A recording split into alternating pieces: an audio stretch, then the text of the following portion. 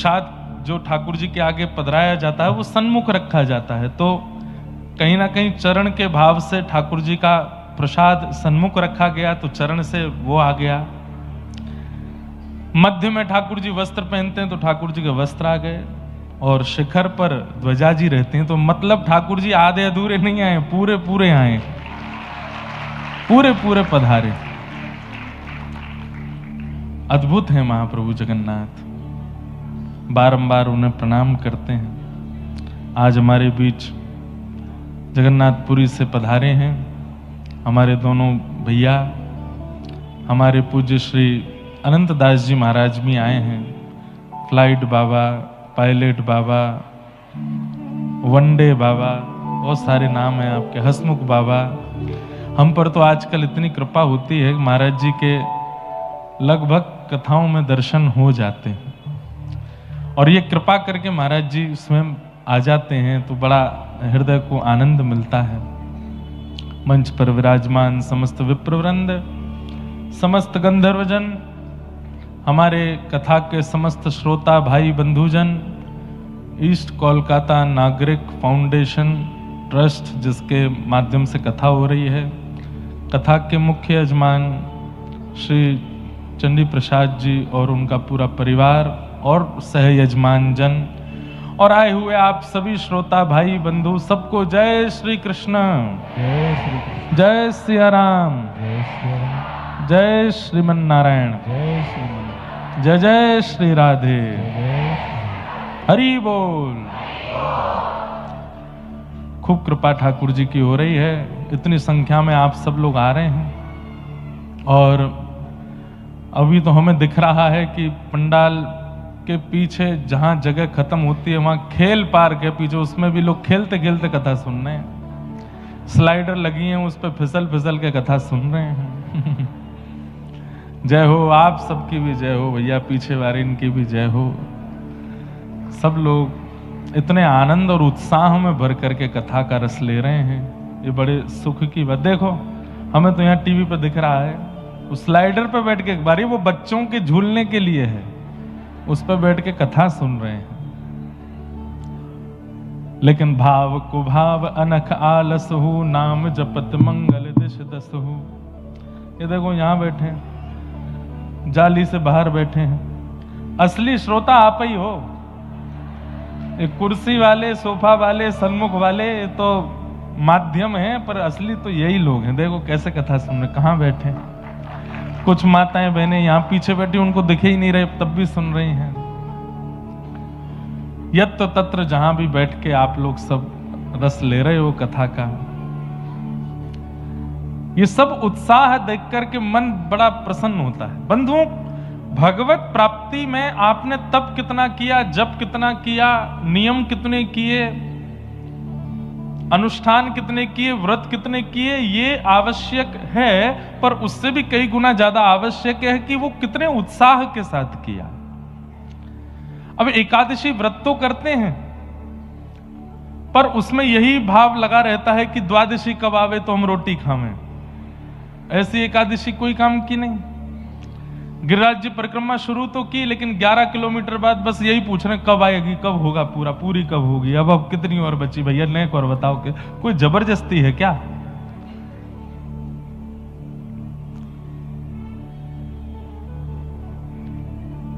ठाकुर जी के किसी भी नियम को प्रारंभ करने में उत्साह रहता है व्यक्ति में, लेकिन जब मध्यस्थता आती है तो व्यक्ति बस यही सोचता है पूरा कब होगा।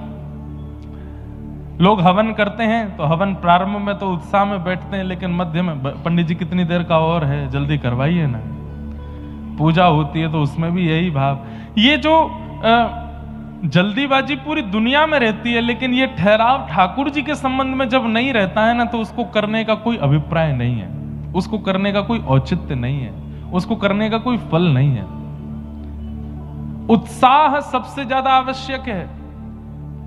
आप लोगों में से कलकत्ता में कथाएं होती रहती हैं, ध्रुव चरित्र सबने सुना है। 5 महीने में ठाकुर जी मिल गए। क्या सिद्ध हुआ कि भगवत प्राप्ति के लिए कोई समय निश्चित नहीं है। हम लोग कथा में सुनेंगे कि भगवान कपिल के पूज्य पिताजी कर्दम ऋषि, उनको 1000 वर्ष की तपस्या से ठाकुर जी मिले और वहीं आगे चल करके ध्रुव जी को 5 महीने में मिल गए।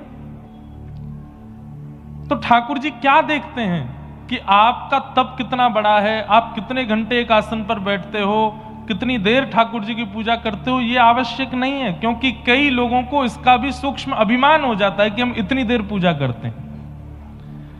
कई सेठों के घर जाते हैं, कई लोग मिलते हैं, तो वो सबसे पहले, महाराज जी 5 बजे उठता हूं पिछले 30 साल से, स्नान करके 5:30 बजे ठाकुर जी की सेवा में बैठता हूं और उसके बाद 9:30 पौने 10 बजे ही चाय पीता हूं। क्यों आवश्यक है ये बताना? अगर ये इतना बड़ा तप होता तो फिर ठाकुर जी मिल गए होते, चाय पिलावे ठाकुर जी आ जाते। कि आवश्यक क्यों है? हर महीने हम गिरिराज जी की परिक्रमा करते हैं, ये बताना जरूरी क्यों है? हर महीने हम लोग जगन्नाथपुरी जाके ध्वजा जी अर्पित करते हैं, ये कहना, ये अभिमान है, ये भक्ति नहीं है, ये अभिमान है, ये अहम है। आज सुबह हमारे पूज्य राधा कृष्ण महाराज जी से चर्चा हो रही थी फोन पे। उन्होंने बहुत सुंदर एक बंगला कीर्तन सुनाया। कीर्तन नहीं, एक कवि की एक रचना है, मुझे बहुत अच्छा लगा। बंगाली तो हमसे आती नहीं है, लेकिन प्रयास करते हैं, गा दें, लेकिन उसके भाव बहुत सुंदर हैं। यहाँ के एक प्रसिद्ध जज, जो हमारे यजमान जी का नाम है चंडी प्रसाद, इसी नाम के कवि हुए बंगाल में। उनकी रचना श्री चैतन्य महाप्रभु को बहुत प्रिय लगती थी और उन्होंने अपने एक कविता में, कविताएं तो बहुत रही होंगी उनकी, लेकिन एक कविता में उन्होंने इतना सुंदर भक्ति का स्वरूप क्या होना चाहिए इसका वर्णन किया। किछु दिन मोने मोने, किछु दिन मोने मोने, किछु दिन मोने मोने घरेर कोने श्यामेर प्रीति राव गोपे। किछु दिन मोने मोने, किछु दिन मोने मोने। श्री चैतन्य महाप्रभु जब इनका कीर्तन सुनते थे, कवित्व सुनते थे, मैं गाऊंगा, बजाते रहो धीरे धीरे, गलती हो तो क्षमा करना, बोले अर्थ पूरा बताऊंगा आपको। बंगला भाषा में होठों का गोल होना बहुत जरूरी है, और वो हमारे हैं नहीं। चोलबो, खाबो, पीबो, अब ये कैसे, ये तो होठ गोल ही हो, मतलब जैसे वंशी बजती है ना गोल होठ से, वैसे ही बंगला भाषा भी गोल होठ से ही बोलती है, मानो सब वंशी ही बजाते हैं। इसीलिए इतनी मधुर भाषा है यहाँ की। तो महाप्रभु जी को इनका कवित्व बहुत सुंदर लगता था, और आप अपनी कविता में लिख रहे हैं, आपको तो समझ आ गया होगा। बोले कुछ दिन मौन मौन घर के कोने में बैठ करके श्याम सुंदर को याद करो, किसी को पता ना चलने पाए कि तुम ठाकुर जी को याद कर रहे हो। हमारी आपकी तरह प्रचार नहीं करना है। मैं परिक्रमा करता हूं, मैं 5 घंटे बैठ करके भजन करता हूं, नाम करता हूं, 2 लाख नाम रोज करता हूं, ये सब नहीं करना है। क्या करना है? किछु दिन मोने मोने, किछु दिन मोने मोने, किछु दिन मोने मोने घोरेर कोने श्यामेर प्रीते राखे गोपे रे। किछु दिन मोने मोने, इशारा कवि कथा गोते माथे,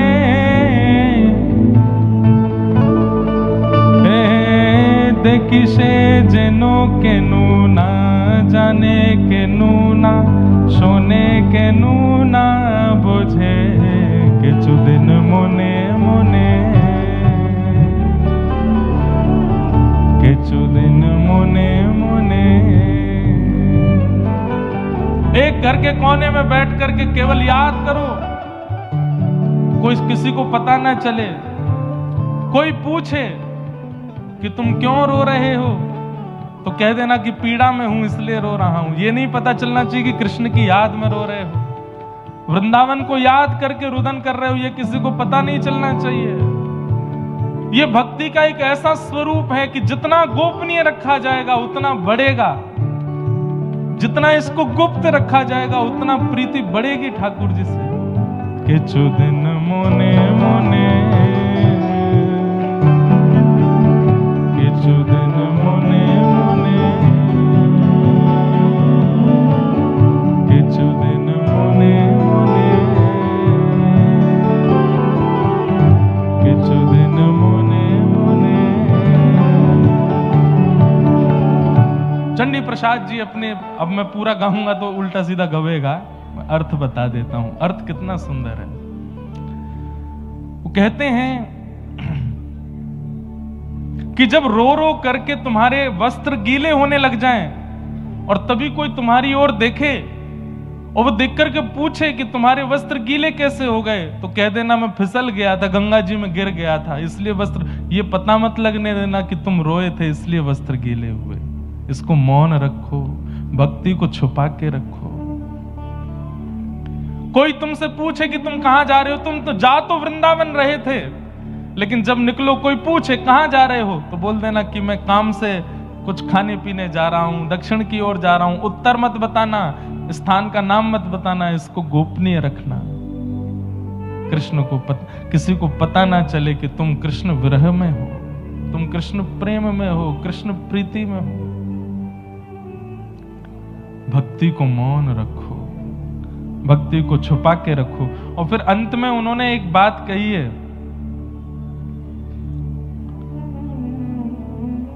उत्तर जावी सत्तार होवी।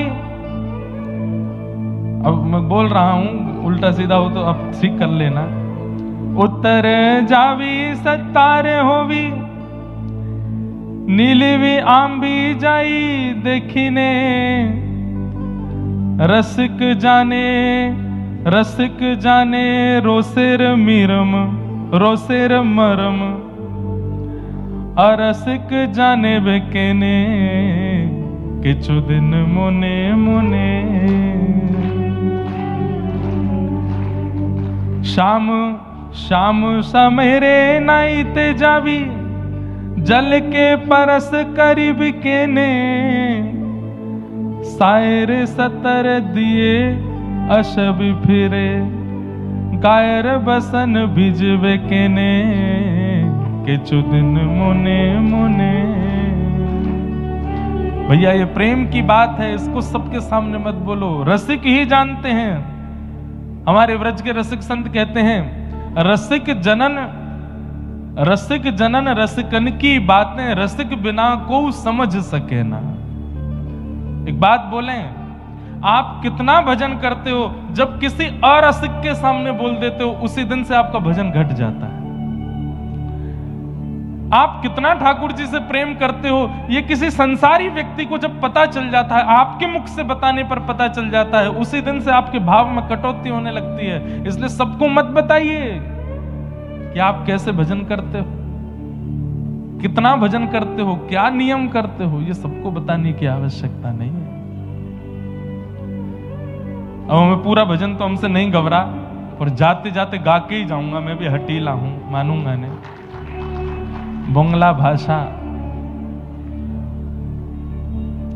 जाते जाते बूझते पारो, समझ जाऊंगा।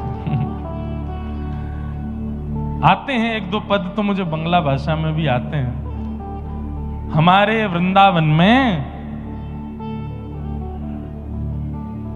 बंदर, बनिया, ब्राह्मण और बंगाली ये चार ही तो हैं। हमारे वृंदावन में हर दूसरे घर के बाद आपको एक बंगाल के भक्त मिलेंगे। हमारे वृंदावन को ये जो नाम और ये जो ध्वनि के साथ सुबह सुबह 4 बजे 3 बजे से जो ये कीर्तन प्रारंभ होता, कौन करते हैं? हमारे बंगाल के वैष्णवी तो रहते हैं वृंदावन में। हमारे बंगाल के वैष्णवों की ही भजन की पद्धति आज वृंदावन में चल रही है। क्या हो गया? आवाज नहीं आ रही? क्या हो गया?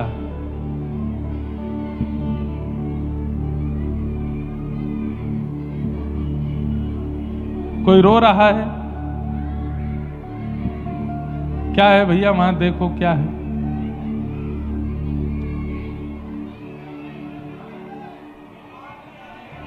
हैं?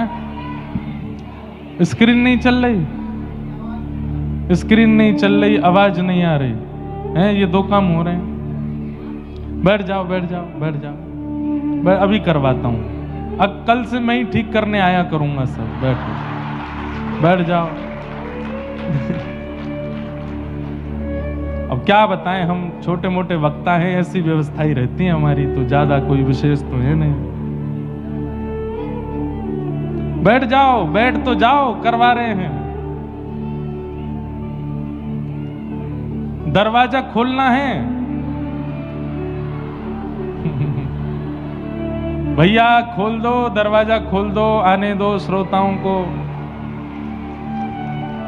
बैठने दो भैया, जहां जगह मिले बैठने दो, आने दो, अंदर आने दो, ऐसे मत रोको किसी को भी।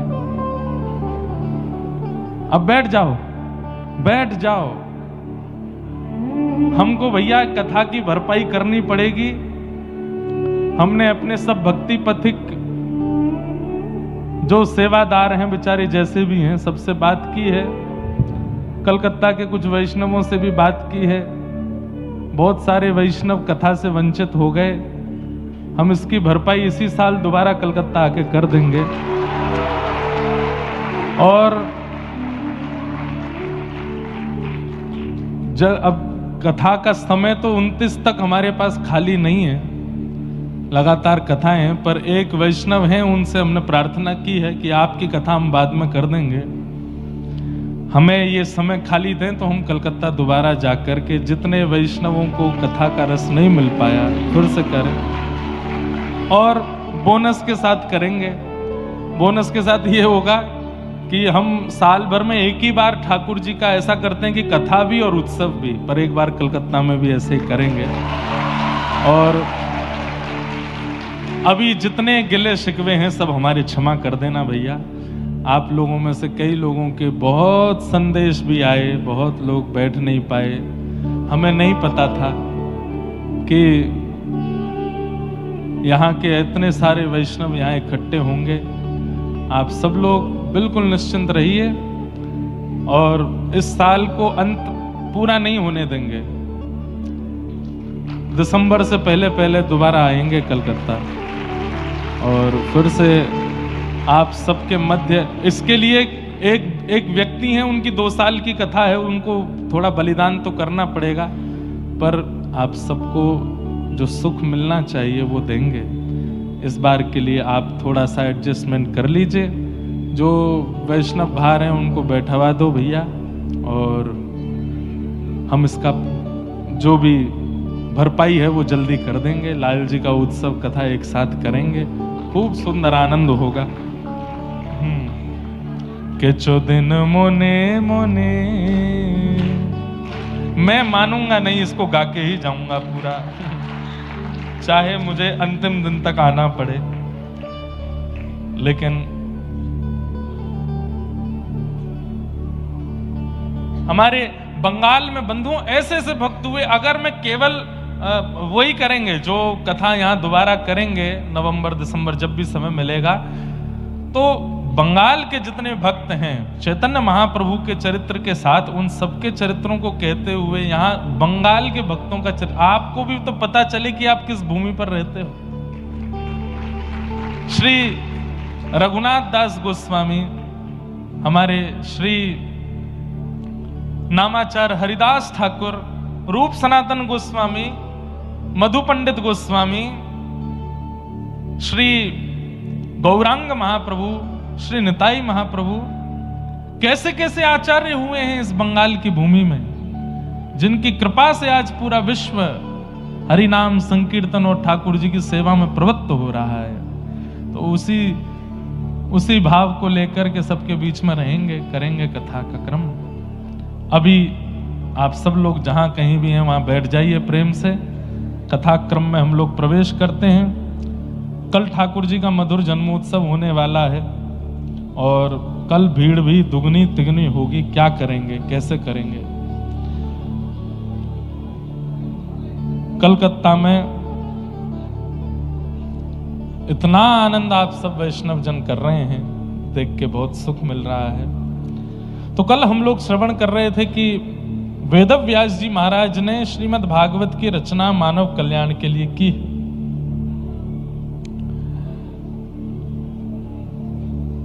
भागवत जी की रचना हुई, व्यास जी ने अपने पुत्र श्री सुखदेव जी को कथा का दान किया और श्री शुकाचार्य जी महाराज ने यही कथा अपने मुख से परीक्षित जी को श्रवण कराई। परीक्षित जी कौन है? इस संदर्भ में महाभारत का प्रसंग सुनाया गया। बहुत सावधानी से सब लोग बैठिए और कथा श्रवण करो। यदा मृधे कौरव संजयानां वीरस्वथो वीरगतिं गतेषु ब्रकोदरा विग्धगदा विमर्श भृगनोरुदंडे धृतराष्ट्रपुत्रे।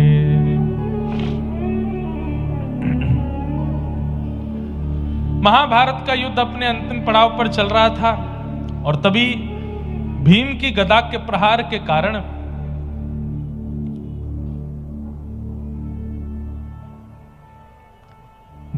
धृतराष्ट्र की जंघा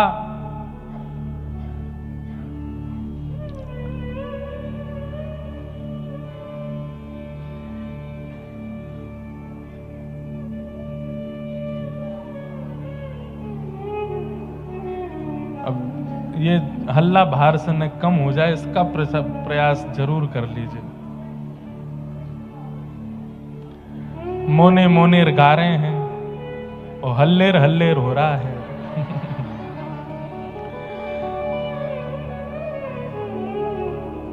अच्छा, आज्ञा का पालन एक को बोलते हैं, 10 उठ के तो चुप कराने जाते हैं। तो हम क्या बता रहे थे? हाँ, महाभारत का युद्ध अपने अंतिम पड़ाव पर चल रहा था और यहां भीम ने अपनी गदा का प्रहार किया, दुर्योधन की जंघा टूट गई। महाभारत का युद्ध पांडव जीत गए। कौरवों के दुर्योधन को बदले की इच्छा होने लगी और उसने तुरंत गुरुपुत्र अश्वत्थामा को आज्ञा की है कि तुम जाओ और सोते हुए पांडवों को मार दो। बंधुओं, एक बात बोलें आपको, वैष्णव का स्वभाव नहीं होता रिवेंज लेना। ये बदले की इच्छा जो हमारे चित्त में प्रकट होती है, ये एक वैष्णव स्वभाव नहीं है।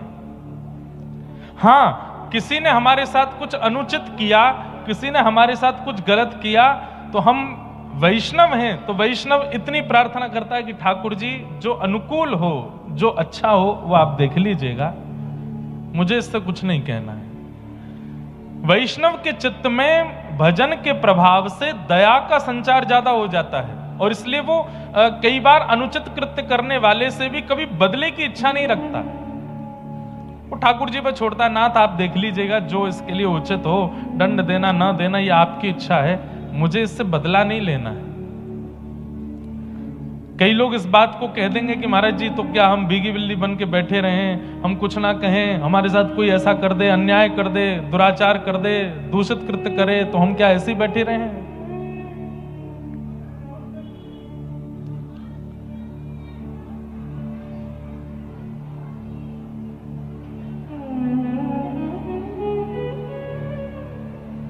हम माइक वाले भैया का नंबर दे देते हैं, पकड़ लेना है इनको।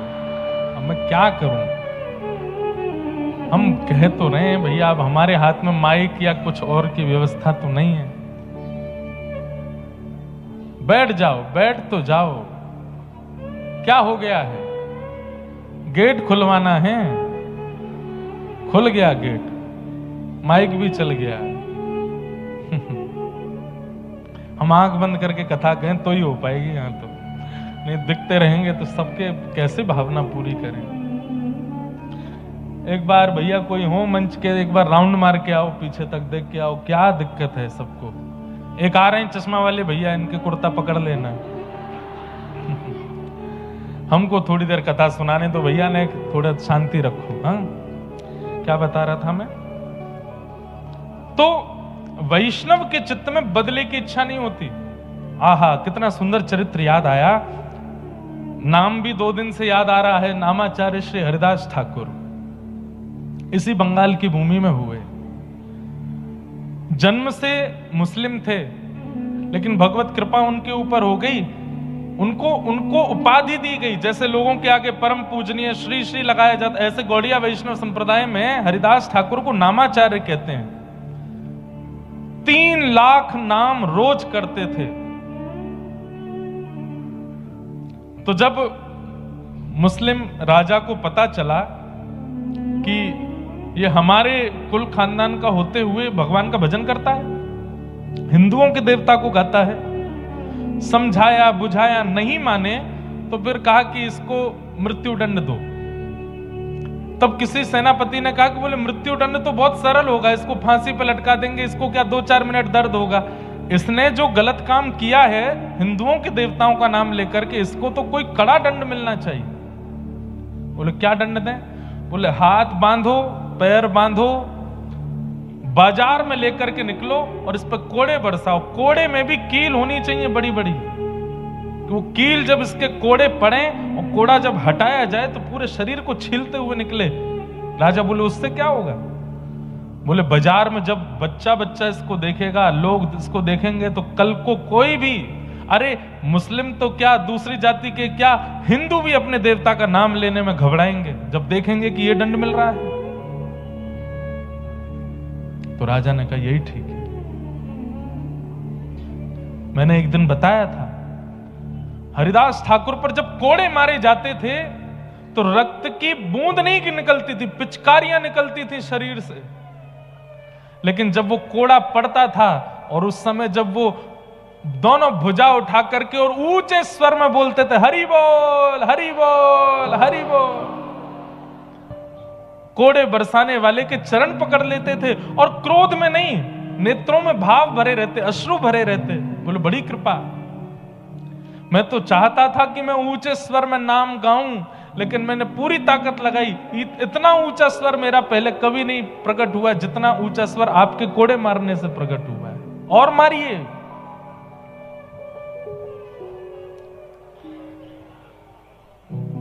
प्रसंग आता है कि जब भक्त के ऊपर पीड़ा आती है और भक्त जब क्षमा करने लगता है तो ठाकुर जी फिर बदला लेने के लिए आते हैं। और यह बात निश्चित है, करके देख लीजिएगा। अगर आप भजनानंदी हो, अगर आप वैष्णव हो, आपके साथ कोई अनुचित कृत्य करता है, क्षमा कर दीजिए। ठाकुर जी ऐसा जवाब देते हैं उस व्यक्ति को फिर कि वही आएगा आपके चरणों में।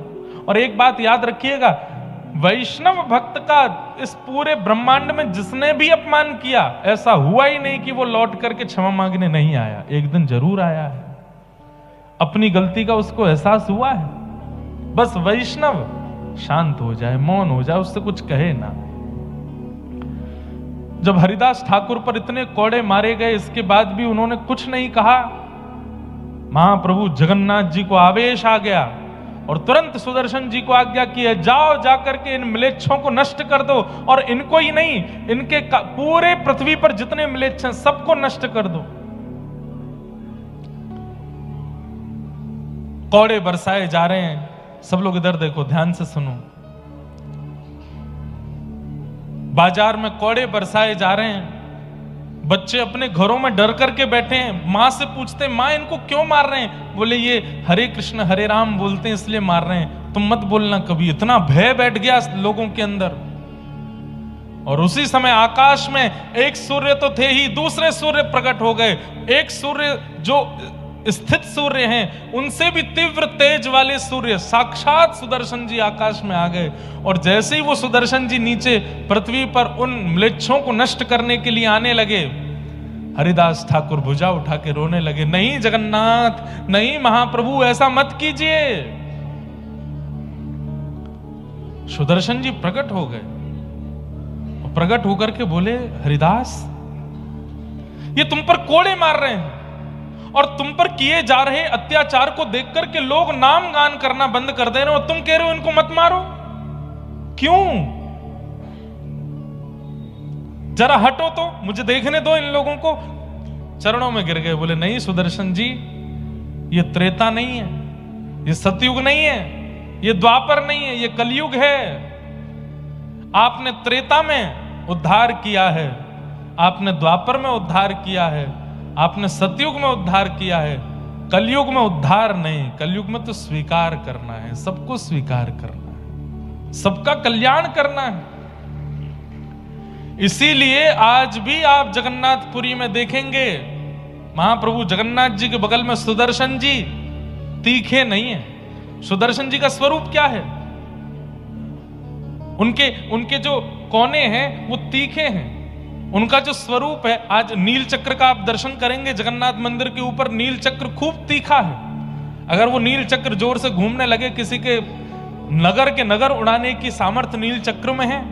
लेकिन महाप्रभु जगन्नाथ जी के बगल में जो सुदर्शन जी विराजमान है, लोगों ने दर्शन किए कि नहीं पता नहीं, वो एक दंड के रूप में बैठे हैं। दंड के रूप में सुदर्शन जी का वो स्वरूप नहीं है। क्यों? क्योंकि कलिकाल में इन भक्तों ने ठाकुर जी से प्रार्थना की कि यहां पर संहार नहीं करना है, यहां पर उद्धार नहीं करना है, यहां तो हर किसी को स्वीकार करना है। सुदर्शन जी महाराज शांत हो गए। महाप्रभु जगन्नाथ जी से जाके बोले हरिदास ठाकुर ही नहीं मारने दे रहा है। महाप्रभु जी बोले ये मेरे भक्त हैं, ये अपने ऊपर अत्याचार करने वालों को भी क्षमा कर रहे हैं। बोले ये कलिकाल के भक्त हैं। ऐसे नामाचार्य हरिदास ठाकुर। फिर उनके बड़ी सुंदर कथा है कि इतना मारा फिर भी उनकी मृत्यु नहीं हुई। तो उन सैनिकों को लगने लगा कि ये तो मर नहीं रहा है, और अगर ये नहीं मरा तो राजा हमको मार देगा। तो उनकी पीड़ा देख करके हरिदास ठाकुर बोलने लगे क्या बात है? बोले तू मरता नहीं है और तू नहीं मरेगा तो राजा हमको मार देगा। तो हरिदास ठाकुर बोले चिंता नहीं करो, मैं अभी मर जाता हूं। लेट करके अपने आप प्राण त्याग दिए और बोले अब आप राजा से जाकर के कह दो कि मैं प्राण त्याग चुका हूं। ऐसे हरिदास ठाकुर नामाचार, नाम 3 लाख नाम रोज करते थे। कोड़ों से नहीं मरे, हर प्रकार की योजनाएं बना ली, फिर भी उनकी मृत्यु नहीं हुई। और उनके जीवित रहने से लोगों के अंदर नाम का प्रभाव बढ़ता जा रहा था। भले ही लोग प्रकट रूप से नाम नहीं गाते थे, लेकिन एकांत में जाकर के हरिदास ठाकुर का स्मरण करके नाम करते थे कि नाम का प्रभाव है हरिदास ठाकुर का। तब म्लेच्छों ने विचार किया कि हरिदास ठाकुर ऐसे तो नहीं मर रहा है, अगर इसका चरित्र हनन हो जाए, अगर इसका चरित्र हनन हो जाए तो हो सकता है कि नगर में इनका दुष्प्रचार होगा तो लोग इनकी बात मानना बंद कर देंगे।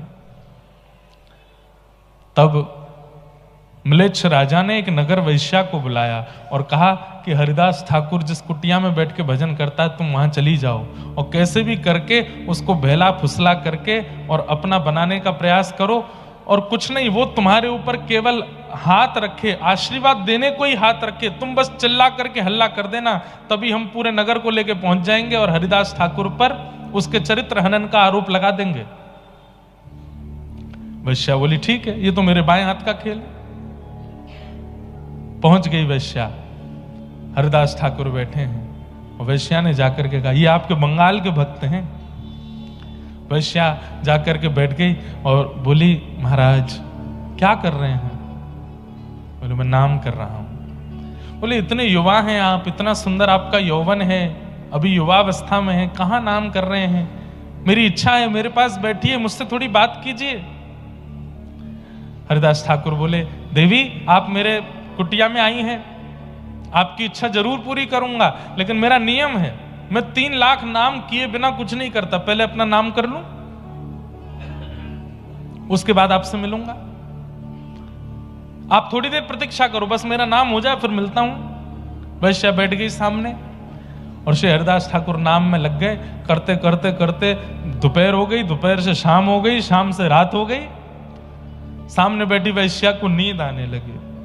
हरिदास ठाकुर बोले आपको निद्रा आ रही है, आप चाहो तो थोड़ी देर विश्राम कर लो।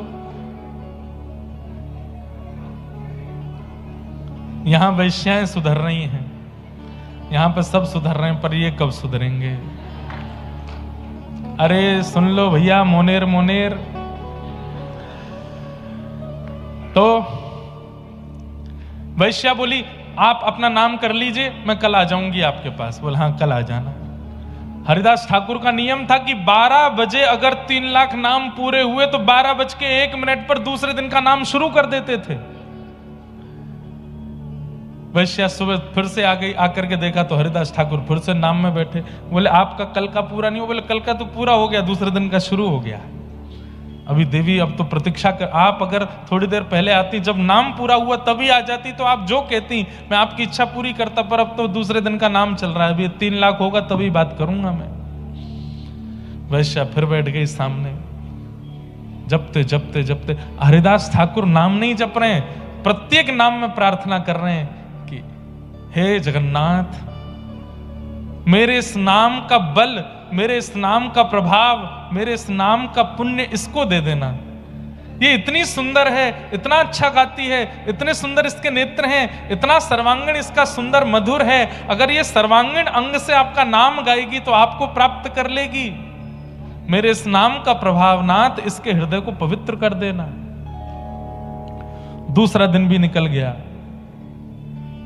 वैश्या रात्रि में बोली मैं जाती हूं, कल फिर आऊंगी, मुझे सही समय बताओ कितने बजे नाम पूरा होता है? बोले मुझे समय तो नहीं पता, पर तुम आ जाना सुबह भोर में, मंगला में आ जाना, सुबह सुबह 4 बजे आ जाना।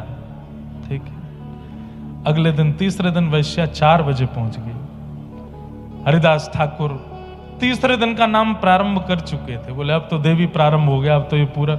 तब उस वैश्या के मन में ये आया कि मेरा रूप इतना सुंदर है, मैं जिसको देख लेती हूं वो मेरे पीछे खिंचा चला आता है, और मैं 3 दिन से इनके यहां आ रही हूं।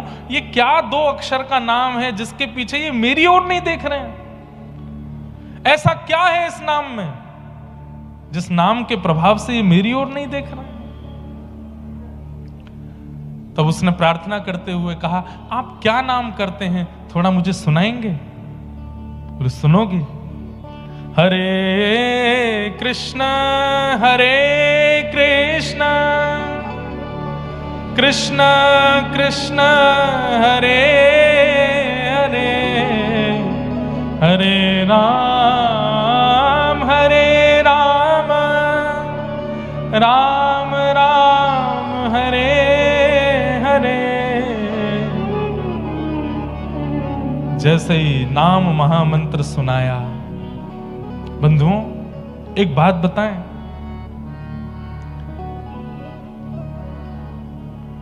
सामान्य कोई व्यक्ति अगर महामंत्र बोलेगा, जो नियम नहीं करता, जो पवित्रता नहीं रखता, जो शुद्धि नहीं रखता, जिसका अंतःकरण शुद्ध नहीं, जिसका खान पान शुद्ध नहीं, उसका नाम बोलने से सामने वाले पे प्रभाव नहीं पड़ेगा। लेकिन अगर कोई नामनिष्ठ हो, जिसका तन भी पवित्र है, मन भी पवित्र है, जीवन भी पवित्र है, सर्वांगीण अंग पवित्र है, वो स्वर में, बेस्वर में, बेताल में भी अगर नाम बोल देगा तो सामने वाले का चित्त पिघल जाएगा। और इसका एक प्रमाण बताएं, जैसे उस वैश्या ने ये नाम सुना, वो नाम सुनकर के आश्चर्यचकित होकर के हरिदास ठाकुर को देखने लगी, तुरंत उठ करके अपने घर चली गई। आज तक उसको अपना कृत्य पाप नहीं लगता था। बहुत ध्यान से सुनिएगा, उस वैश्या को अपना कृत्य पाप नहीं लगता था।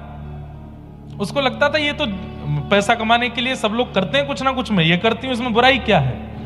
लेकिन आज पहली बार उसको पाप बोध हुआ। क्या समझे? आप यदि किसी वैष्णव को देख रहे हो, आप यदि किसी महापुरुष को देख रहे हो और देख करके आपके मन में आया कि बस कृपा हो गई, इनका हमने दर्शन कर लिया, आदि आदि, समझना अभी दर्शन नहीं किया। लेकिन किसी महापुरुष को देख करके अपने जीवन के किए हुए कुछ कृत्यों पर अपने ऊपर आत्मग्लानि हो, तब समझना कि आपने वास्तव में दर्शन किया है।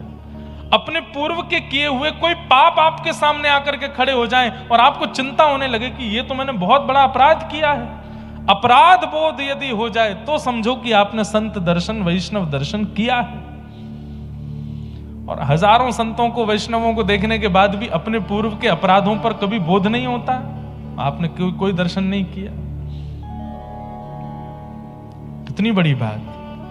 संत दर्शन ठाकुर जी की याद करावे, संत दर्शन किशोरी जी की याद करावे, ये बात की बात है। पर संत दर्शन आपके कृत्यों को दिखा दे, स्वयं की दृष्टि अंदर झुकवा करके दिखा दे कि तुमने ये चीजें गलत की हैं, इसका प्रायश्चित करो, तब समझो कि वैष्णव दर्शन हुआ है। या फिर मैं ऐसा कहूं, आप तो देखेंगे तो आपको उनके दर्शन से धाम की याद, व्रज की याद, ठाकुर जी की याद आएगी। लेकिन यदि वो कृपा भर के आपको देख लेंगे तो आपको अपने पूर्व के कृत्यों के प्रति बोध होगा कि ये मैंने गलत किया, पहले मुझे इसका प्रायश्चित करना है। आज वो वैश्या रो रही है, इतना वो जीवन में कभी नहीं रोई, फूट फूट करके रो रही है। और एक एक क्षण उसको याद आ रहा है कि मैंने अपने तन को बेचा, मैंने कितने लोगों के घर उजाड़ दिए, मैंने कितने पुरुषों का जीवन बर्बाद कर दिया, कितनी माताओं का जीवन नष्ट कर दिया। आज उसको इतनी आत्मग्लानि होने लगी, इतनी आत्मग्लानि। अब तो वो कुटिया से बाहर, अपने घर से भी बाहर निकलती है तो मुंह छुपा के निकल रही है। और बस पहुंच गई हरिदास ठाकुर के पास। एक बार नाम सुनने के प्रभाव, एक बार प्रत्यक्ष नाम सुनने का प्रभाव, और दूसरा वो 3 लाख करके करीब 9 लाख नाम तो हरिदास ठाकुर ने उसके सामने जपा है। इस कारण से उस वैश्या के मन में बस उथल पुथल हो रही है। वो चरण पकड़ रही है हरिदास ठाकुर के। मैं कैसे उद्धार करूंगी? मुझे तो जगन्नाथ जी कभी स्वीकार ही नहीं करेंगे, मैंने तो इतने बड़े पाप किए। व्यक्ति अपने जीवन में 10-5 पाप करता होगा, पर मैंने तो अपने पूरे जीवन में, अपनी बाल्यावस्था से अब तक पाप ही पाप किया है। मुझे महाप्रभु कैसे स्वीकार करेंगे? हरिदास ठाकुर बोले, ठाकुर जी की यही कृपा है। मानवों में और ठाकुर जी में अंतर यही है कि मानव गलतियां मरते दम तक याद रखता है और ठाकुर जी एक क्षण में भुला देते हैं। हम मानवों का स्वभाव कैसा है? कोई व्यक्ति हमसे सॉरी भी बोल देता है ना, तो ठीक है, लेकिन मन में रखते हैं कि नहीं, इसने ऐसा किया था। कोई व्यक्ति गलती कर भी देता है तो हम उसको कहते हैं अच्छा ठीक है भाई, कल गया बात गई, कल रात गई बात गई, छोड़ो। लेकिन जब वो व्यक्ति सामने नहीं होता, 4 लोगों से उसकी बुराई भी कर दे, अरे तुम क्या जानो इसके बारे में, ऐसा ऐसा किया हुआ है इसने। पर ठाकुर जी का स्वभाव कैसा है? एक बार व्यक्ति जब भुजा उठा करके कहता है कि हे नाथ, मुझसे अपराध हो गया, अब आज के बाद नहीं करूंगा, संकल्पित होके, ठाकुर जी कहते हैं भूल गया मैं, मुझे याद ही नहीं तूने किया क्या था, बस अब आगे मत करना। ऐसा ठाकुर जी का स्वभाव। हरिदास ठाकुर बोले, जो नाम तूने सुना है बस उसको अपना जीवन बना ले और लौट करके पीछे नहीं देखना, ना आत्मग्लानि करनी, ना दोबारा उन कृत्यों में जाना जो तूने किए हैं। और सुन, इस कुटिया में मैंने करोड़ों नाम किए हैं, अब मैं तो कहीं और चला जाऊंगा, तो इस कुटिया में रहे और यहां रह करके भजन कर। हरिदास ठाकुर तो उस समय चले गए, वहां से कहां गए, आगे कहीं निकल गए और उस वैश्या को उस कुटिया में बैठा गए। वहीं बैठ करके वही नाम प्रारंभ कर दिया उस वैश्या ने, जिसका रूप देख करके काम प्रकट होता था लोगों के चित्त में। आज उसका रूप लावण्य ऐसा कि जब वो कुटिया से निकलती है तो हजारों संतों की तादाद में लोग उसको दर्शन करने के लिए आते हैं, क्योंकि उसको देख करके अब महाप्रभु जगन्नाथ प्रकट होते हैं चित्त में। नाम का प्रभाव। बंधुओं, आपकी उपस्थिति सामने वाले के चित्त में क्या अनुभव कराती है, इससे भी पता चलता है कि आप कैसे हो।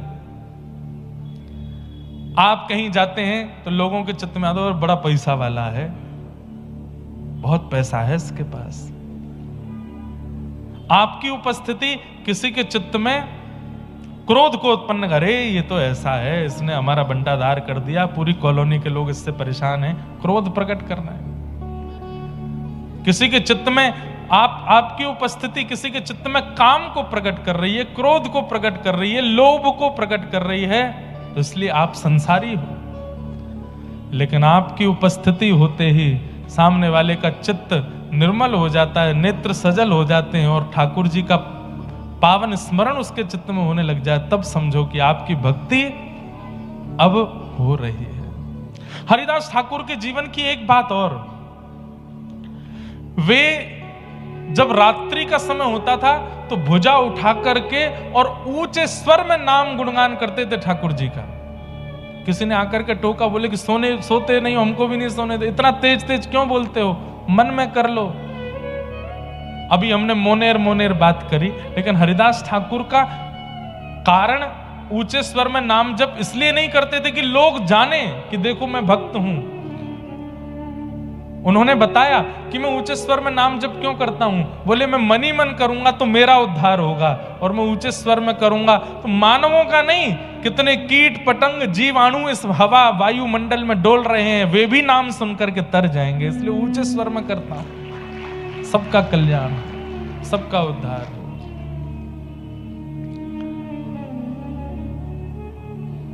सामान्य नहीं है, नाम निष्ठ हो जाइए। कलयुग में ये नाम ही कल्याण करने वाला है, नाम ही उद्धार करने वाला है। और वह नाम भी कैसे, जैसे बहुत प्यासा व्यक्ति जब पानी पीता है तो प्रत्येक घूंट अगली घूंट की और इच्छा प्रकट करती है कि वो भी मेरे अंदर आवे ताकि मेरी प्यास बुझे। नाम भी ऐसा ही होता है, एक बार कह दिया हरे कृष्ण तो दूसरा हरे कृष्ण बोलने के लिए आप इतने उत्सुक हैं, तीसरा हरे राम बोलने के लिए उससे भी ज्यादा उत्सुक हैं, चौथा हरे राम बोलने के लिए उससे भी ज्यादा उत्सुक हैं। हरे हरे बोलते बोलते तो नेत्रों से अश्रु निकल जाए, ऐसी उत्कंठा नाम के प्रति हो जाए, तब नाम प्रभावशाली। उत्सुकता भक्ति में बहुत जरूरी है, एक्साइटमेंट। अगर आप उत्सुक नहीं हैं तो आपका नियम, क्रम, व्रत, अनुष्ठान, परिक्रमा सब व्यर्थ है। उत्सुकता, जैसी उत्सुकता यहां कथा सुनने की लोगों में है, जैसी उत्सुकता भीतर बैठने की लोगों में है, जैसी उत्सुकता एक एक शब्द को श्रवण करने की लोगों में है, ऐसी उत्सुकता केवल कथा नहीं हर भगवत संबंधी कार्य में हो जाए। आपकी ये उत्सुकता ध्रुव की तरह 5 महीने में ठाकुर जी का अनुभव करा देगी। केवल 5 महीने उत्सुकता आ जाए। संसार की क्रियाओं को करने में आलस्य नहीं आता हमको, पर भगवत कार्यों में आलस्य आता है, और यही आलस्य भगवत प्राप्ति में बाधा बनता है। आलस्य नहीं, उत्सुकता। तो मैं निवेदन कर रहा था कि भक्त कभी रिवेंज नहीं लेता, भक्त कभी बदला नहीं लेता, भक्त क्षमा करता है। उसकी तरफ से बदला ठाकुर जी ले लेते हैं, और जब ठाकुर जी बदला लेते हैं तो फिर अच्छा वाला ही लेते हैं। आपके साथ किसी ने कुछ गलत किया, आपने अगर उससे बदला लिया तो आप ज्यादा से 2-4 थप्पड़ मारोगे, लेकिन आपने पुलिस के हवाले कर दिया कि भाई इसने मेरे साथ ऐसा किया, अब आप देखो, पुलिस तो उसमें डंडे बरसाएगी फिर। ठीक वैसे ही आपके साथ अनुचित कृत्य पर आप कुछ रिएक्शन देते हो तो आप ज्यादा कुछ नहीं कर पाओगे, लेकिन ठाकुर जी के भरोसे छोड़ देते हो तो ठाकुर जी तो ऐसा चक्र घुमाते हैं, और याद रहे उसे। ऐसा नाम। तो दुर्योधन, अब एक बात और कह दूं, ये बदला लेने की इच्छा यदि चित्त में बहुत ज्यादा होती है कि उसने मेरे साथ ऐसा किया मैं देख लूंगा उसको, तो आप कहीं ना कहीं पांडव नहीं हो, इस संसार रूपी महाभारत के कौरव हो। कौरवों का ही स्वभाव होता है ऐसा।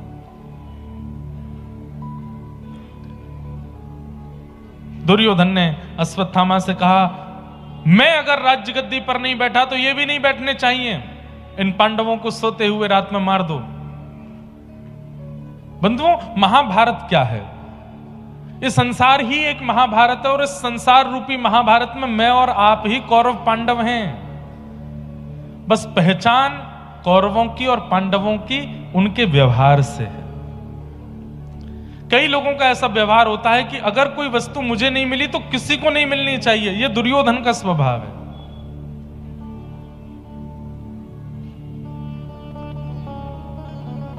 ये दुर्योधन का स्वभाव है।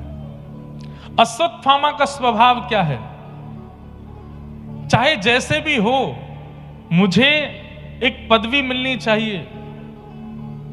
कई लोग पदवी के लिए बहुत लड़ते हैं, झगड़ते हैं, पूरे प्रयास करते हैं कि हमें एक पदवी मिल जाए।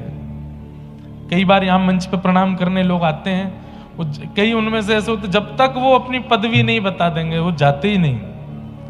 हम इस नगर के फलाने क्षेत्र के ये हैं, हम इसके कमेटी के ये हैं, हम इसके वो हैं।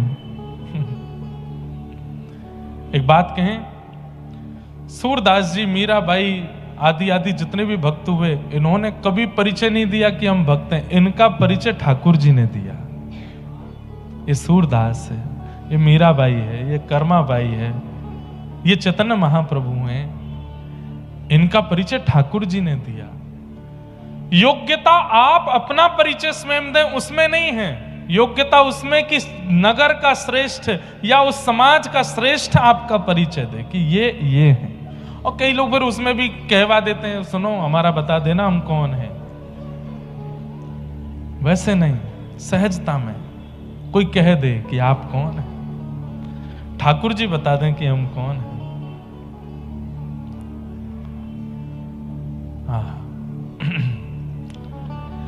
तो अश्वत्थामा रात्रि में गए, पांडवों को मारने के लिए गए, लेकिन ठाकुर जी रक्षा कर रहे थे, इसलिए पांडवों को बाल बांका भी नहीं कर पाए। लेकिन द्रौपदी के सोते हुए 5 पुत्रों को देख करके उन्हें मार दिया। प्रातःकाल का समय हुआ, जब पता चला कि यह कृत्य अश्वत्थामा ने किया है, तो अर्जुन ने अश्वत्थामा को बंदी बना करके मारने का प्रयास किया, लेकिन सबने मना किया कि इसको जीवित छोड़ दो।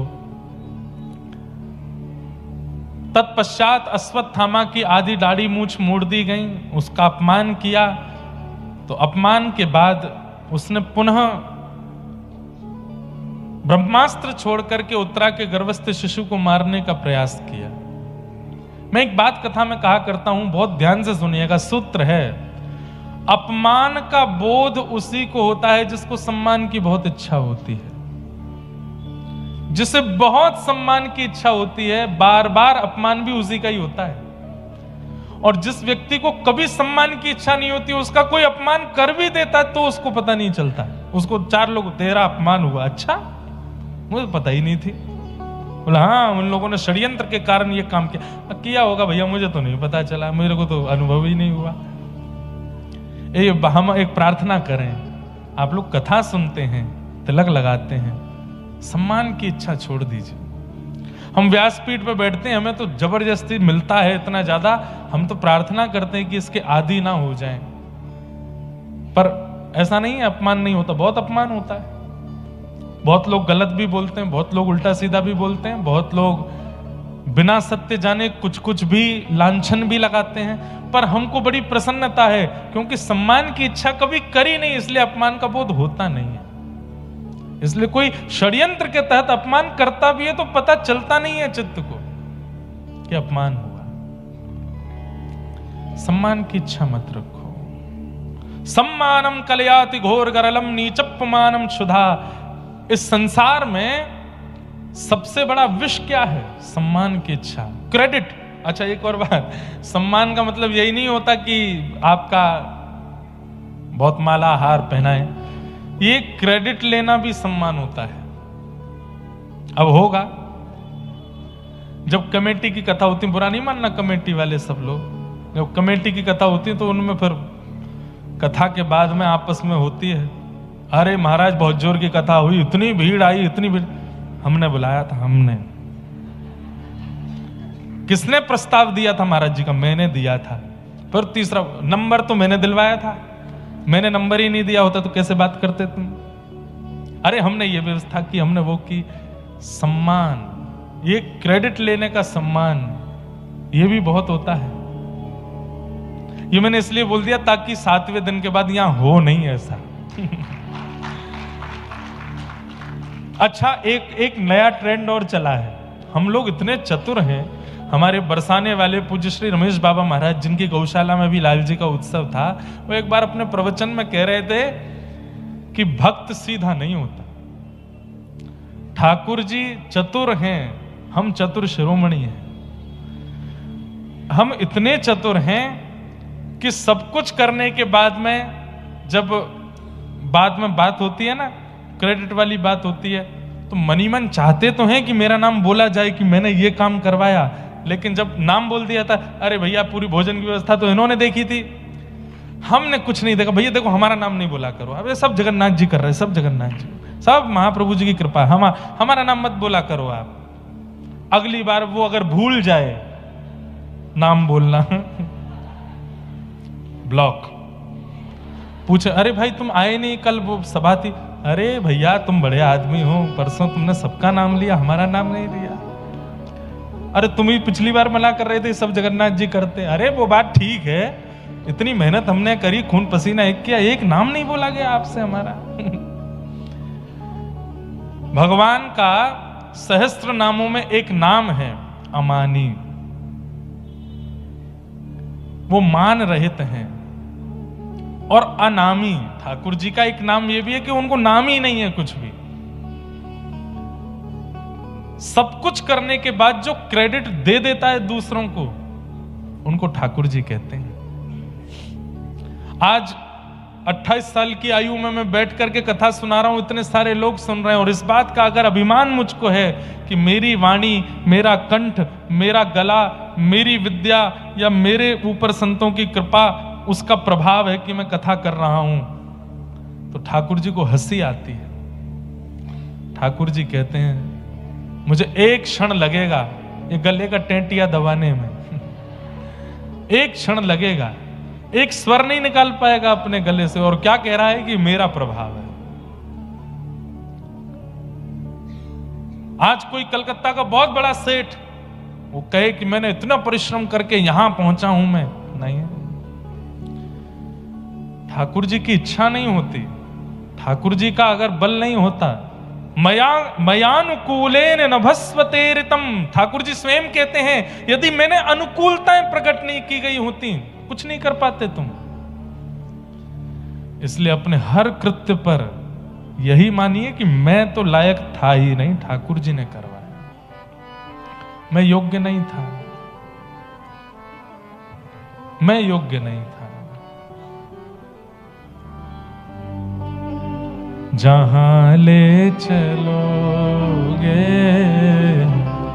वहीं मैं चलूंगा, जहां ले चलोगे वहीं मैं चलूंगा। ओ जहां नाथ रख दोगे, जहां नाथ नाथ रख दोगे, जहां नाथ रख दोगे, ओ वहीं मैं रहूंगा, जहां ले चलोगे वहीं मैं चलूंगा,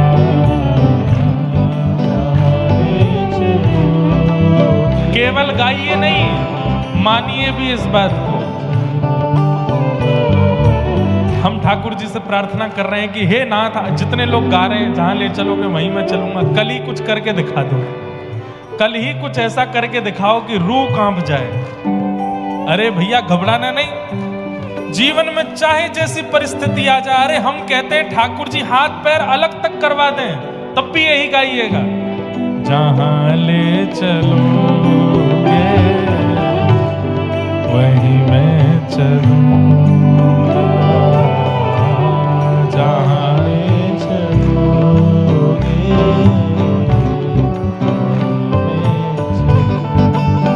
ओ तुम्हारे ही दिन है ये रातें तुम्हारी,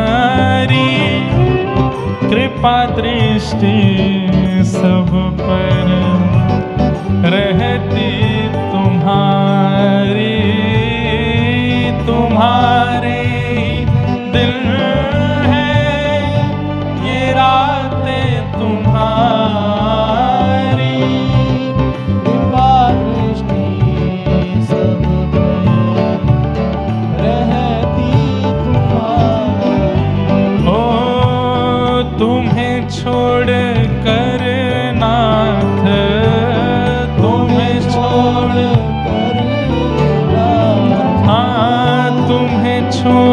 कर नाथ तुम्हें छोड़ कर मैं किस से कहूँगा, जहाँ ले चलोगे वहीं मैं चलूँगा, जहाँ ले चलोगे।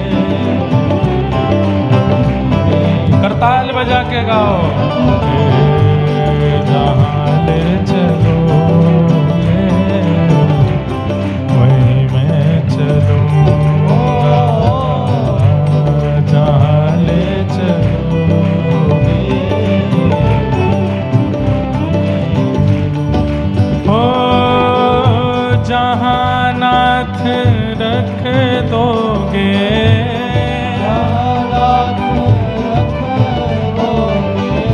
जहाँ नाथ रख दोगे, जहाँ नाथ रख दोगे, हो वहीं मैं रहूँगा, जहाँ ले चलोगे वहीं मैं चलूँगा, जहाँ ले चलोगे।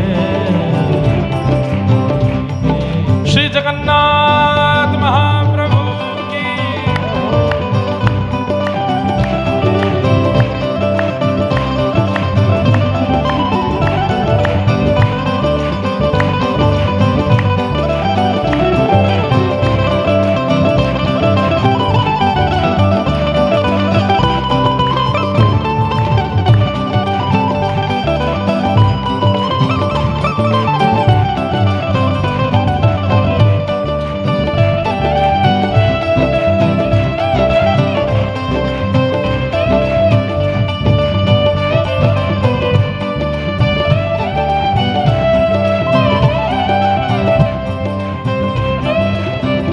और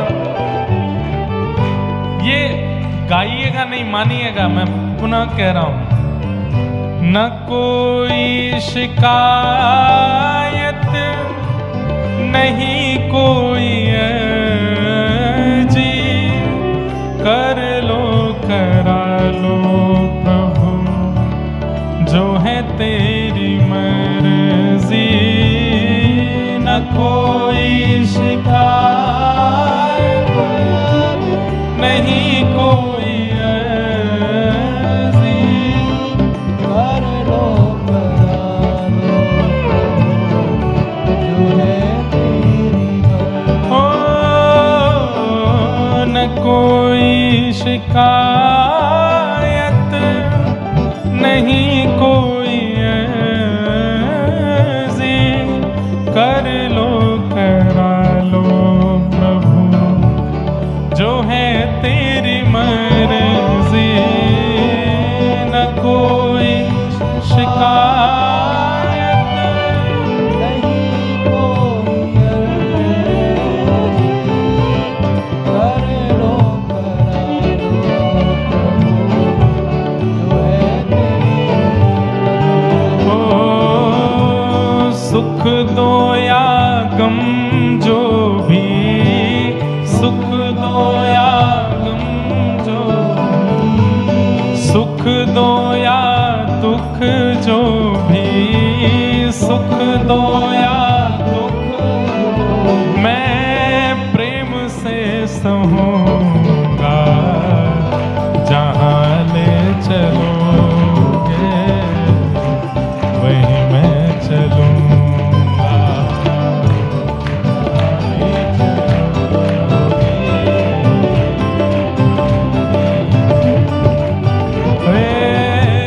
जहाँ नाथ रख दोगे,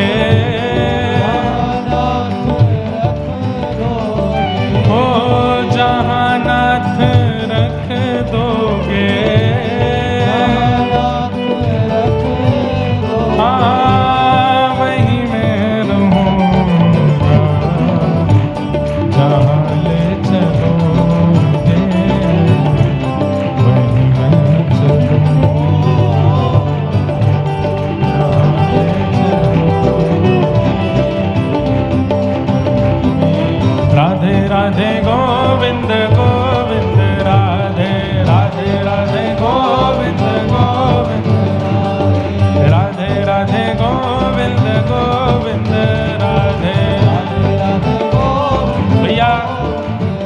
जितने उत्साह में आप लोग कीर्तन में, कथा में रहते हो, बस ऐसे ही उत्साह में पूरे जीवन रहना है।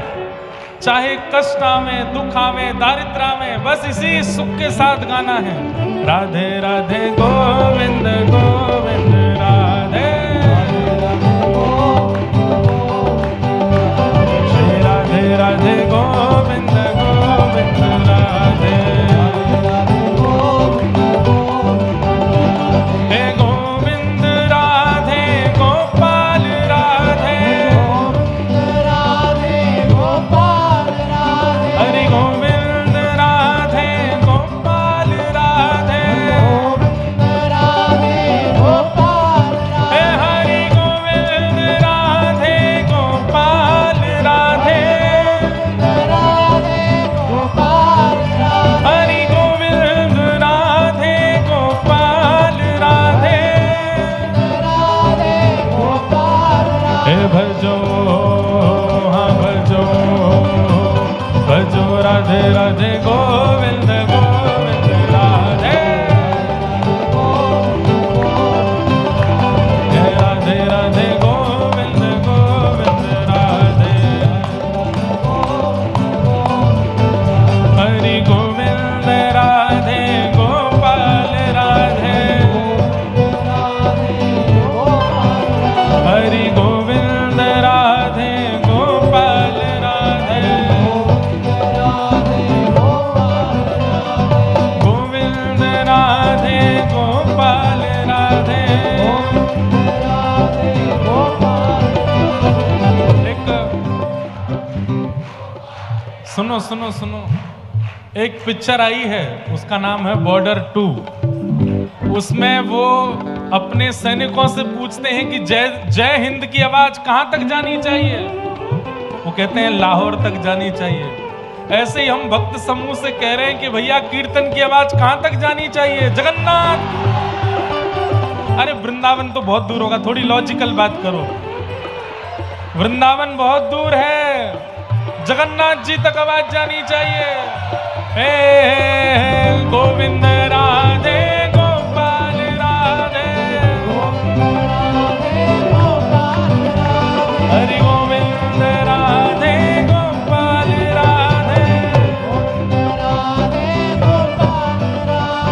राधे राधे गोविंद गोविंद राधे, राधे राधे गोविंद गोविंद, हे राधे राधे गोविंद गोविंद राधे,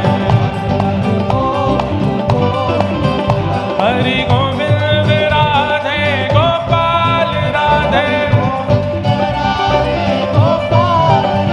हरि गोविंद राधे गोपाल राधे, हरि गोविंद राधे गोपाल राधे, हरि गोविंद राधे गोपाल राधे, हे भजो, हाँ भजो, भजो राधे राधे गोविंद गोविंद राधे, भजो राधे राधे गोविंद गोविंद राधे, हे भजो राधे राधे गोविंद गोविंद राधे। गाओ भाव से, हे हरि बोल, हरि बोल, हरि बोल, हरि बोल, हरि बोल, हरि बोल, हरि बोल, हरि बोल। प्रेम दाता निताई बोले बोल हरि हरि बोल, प्रेम दाता निताई बोले बोल हरि, प्रेम दाता निताई बोले बोल हरि हरि बोल। द्वारे द्वारे जाऊंगो हरि हरि हरि बोल, पैर पड़ जाऊंगो हरि हरि हरि बोल, मैया तेरे पाँव पड़ूं एक बार हरि बोल, हे भैया तेरे पाँव पड़ूं एक बार हरि बोल, हे भजो राधे राधे गोविंद गोविंद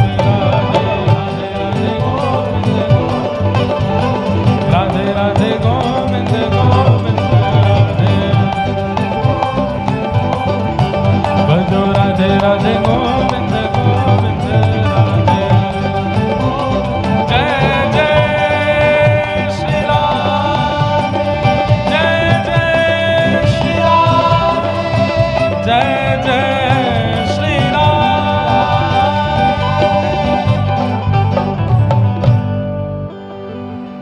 जहाँ ले चलोगे वहीं मैं चलूंगा, जहाँ ले चलोगे वहीं मैं चलूंगा। हे जहाँ नाथ रख दोगे, जहाँ नाथ रख दोगे, हो वहीं मैं रहूंगा, जहाँ ले चलोगे वहीं मैं चलूंगा, जहाँ ले चलोगे वहीं मैं चलूंगा। अब एक पद और है ऐसा ही, पर मैं वो नहीं कहूंगा अभी। हे मारा गिरधर लाल थारो नचायो नाचू रे, मारा गिरधर लाल थारो नचायो नाचू रे। जो तू तन को रोग लगावे सोई झपट सो जाऊं, जो तू तन को रोग लगावे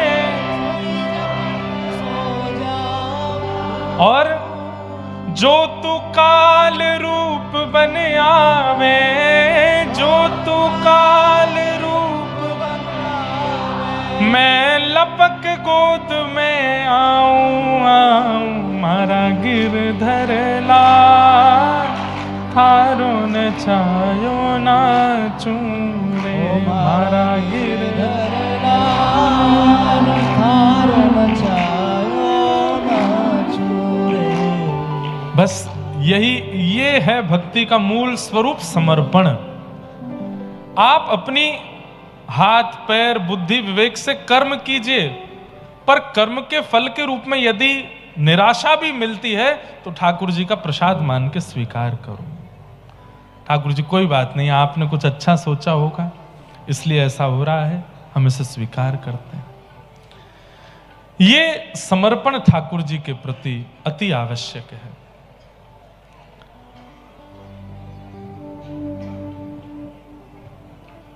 गर्भस्थ शिशु को मारने के लिए अश्वत्थामा ने ब्रह्मास्त्र छोड़ दिया, और यही गर्भ का बालक भगवान ने इसकी रक्षा की, और यही गर्भ का बालक कालांतर में परीक्षित हुआ। परीक्षित जी महाराज का जन्म हुआ, जन्म लेते ही ठाकुर जी दर्शन देने के लिए आए, ऐसी भी कथा आती है। धीरे धीरे परीक्षित बड़े हो रहे हैं, और एक समय आया, बहुत ध्यान से सुनिए सब लोग।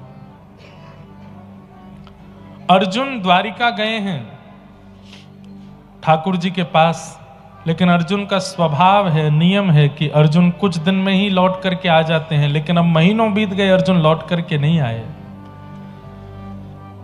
जब लौट करके आए तो खबर दी कि ठाकुर जी तो अपनी लीला पूरी करके चले गए।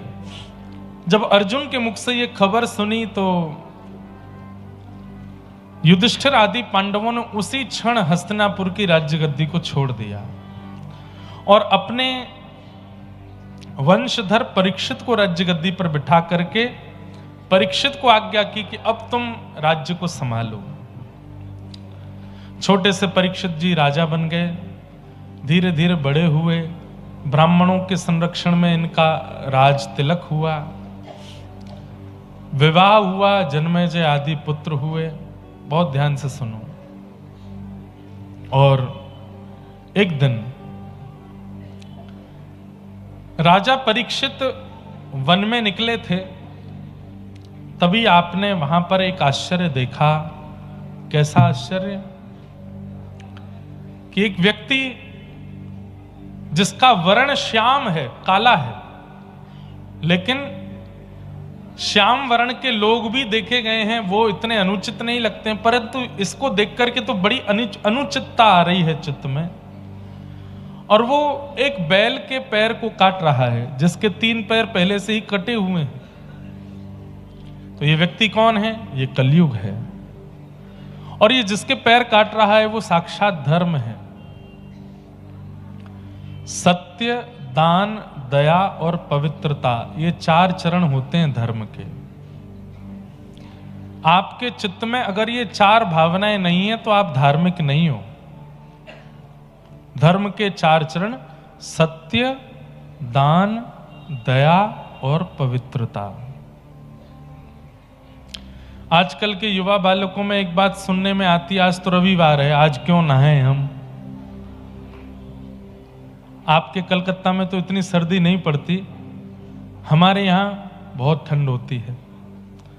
जब हम स्कूल में पढ़ते थे तो स्कूल के समय पे कितने सारे हमारे मित्र और क्लास के बच्चे, हम लोग आपस में बात करते थे तो मैं पूछता, मैं नहा के आए हो? सही से बताओ। अरे सर्दियों में कौन नहाता है यार, कौन नहाता है? हम तो ऐसे हाथ मुंह धो के आ जाते हैं। ऐसे ऐसे भी होते हैं लोग, पर नहीं। धार्मिक व्यक्ति का स्वभाव है वो नित्य स्नान करेगा। अरे ऐसे ऐसे लोग भी आपने देखे होंगे, भीषण बीमार पड़े हैं, हॉस्पिटलाइज्ड हो गए, फिर भी वो एक ही प्रार्थना करते हैं, हमको नहाने दो, बिना स्नान के हमारा चलेगा नहीं। पवित्रता। धर्म का दूसरा रूप होता है सत्य। सत्य संभाषण बहुत कम हो गया है, लोग बाग झूठ ज्यादा बोलने लग गए हैं, लेकिन फिर भी कहीं ना कहीं सत्य के प्रति रुचि सबकी है। बोलते भले ही ना हो, सुनने के लिए तो सत्य ही चाहते हैं सब। भले ही दुनिया से झूठ बोलते हो, लेकिन जब अपनी सुनने की बारी आती है सबको सत्य ही सुनना है। इसका मतलब सत्य अभी भी बचा है। सत्य धर्म है। सत्य का एक रूप और है, भगवत मार्ग को भी सत्य कहते हैं। व्यक्ति जब भगवत मार्ग से परे चलता है, ना कथा सुनता, ना दर्शन करता, ना सत्संग करता, ना व्रत नियम करता, ना अनुष्ठान करता, किसी भी प्रकार से भगवत कार्यों से विहीन है, तो वो कहीं ना कहीं सत्य से विहीन है, असत्य के मार्ग पर चल रहा है। आएगा एक दिन, लौट के जरूर आएगा, पर तब तक शायद देर हो चुकी हो। सत्य का मार्ग सही समय पर चुन लिया जाए, ये अच्छा है। पर कलिकाल में भगवान ने बड़ी कृपा कर रखी है, व्यक्ति जब भी आ जाता है तब स्वीकार कर लेते हैं ठाकुर जी, पर फिर भी इतनी देर ना हो जाए कि अब कुछ करने लायक बचे नहीं। अब सत्य के मार्ग पर आके क्या फायदा। सत्य।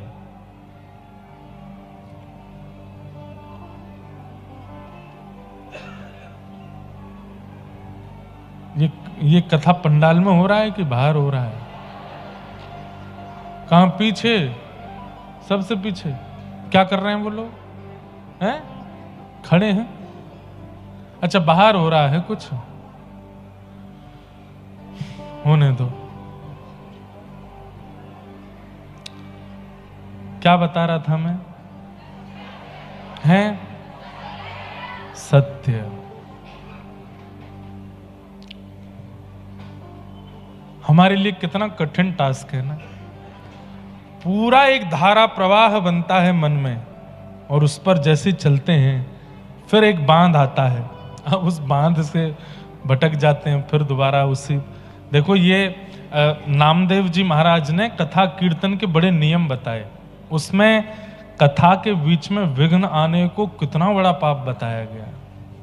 इसलिए हम आप लोगों को रोकते हैं, उठ के मत जाओ, फोन मत चलाओ, सो मत कथा में। किसी भी क्रिया से हमको डिस्टर्ब होगा तो वो विघ्न, ठाकुर जी उसको कथा में अपराध माना जाता है।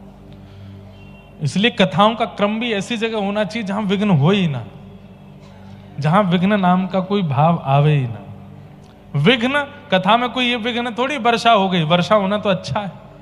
कथा में संतों का आगमन होना, बीच में किसी महापुरुष का, ये सब तो कृपा है। कथा में विघ्न क्या है?